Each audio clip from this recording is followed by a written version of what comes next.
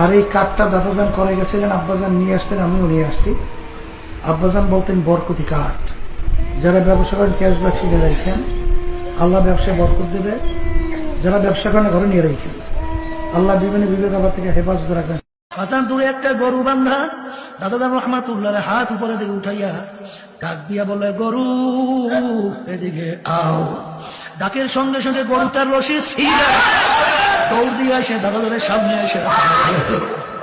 তখন দাদাজান বলে, ওরে দুনিয়ার মানুষ, আমাদের কথা শুনলি না? প্রধানমন্ত্রী শেখ হাসিনার কপালে নামাজের দাগ দেখা যায়। আমি প্রশ্ন করলাম যে আপনার কপালে তো নামাজের দাগ দেখছি। হুজুর, আমি 7 বছর বয়স থেকে আমি নামাজ পড়ি। কিভাবে?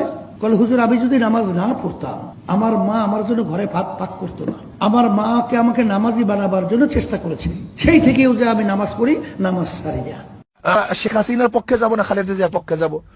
আল্লাহ নবী বলতেন, যা তাহলে কি করবে, যেহেতু বড় দুইটা দল, তোরা সবাই শেখ হাসিনার পক্ষে যা।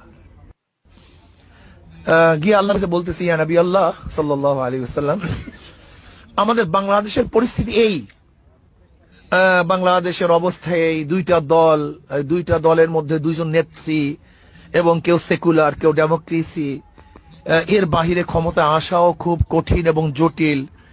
এখন আমাদের মধ্যে কিছু ইসলামিক দল আছে যারা তো ইসলাম নিয়ে ভাবে, আপনার কথা বলে, আপনার আদর্শের বাণী শুনায় সবাইকে, লেকিন এখনো ক্ষমতায় যাওয়ার উপযুক্ত হয় নাই। কিন্তু যারা সেকুলার আছে তারা তো ক্ষমতায় যাওয়ার উপযুক্ত, এবং যারা আমেরিকান পন্থী আছে, ডেমোক্রেসি, তারাও ক্ষমতা যাওয়ার উপযুক্ত, লেকিন দুজনের নেত্রী হলো মহিলা। ইয়া নবী আল্লাহ, এখন আমরা কি করব? শেখ হাসিনার পক্ষে যাব না খালেদা জিয়ার পক্ষে যাব? প্রশ্ন কার কাছে করছেন? ওলামায়ে কেরাম খুব ভালো মতো বুঝবেন, খুব ভালো মতো বোঝার চেষ্টা করবেন।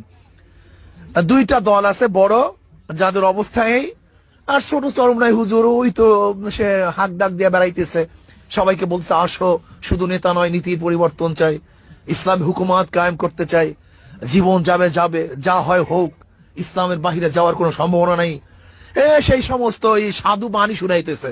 এখন ইয়া নবী আমরা কি করব? আমরা শেখ হাসিনার পক্ষে যাব না খালেদা জিয়ার পক্ষে যাব? আল্লাহ নবী বলতেন, যা তাহলে কি করবে, যেহেতু বড় দুইটা দল, তোরা সবাই শেখ হাসিনার পক্ষে যা।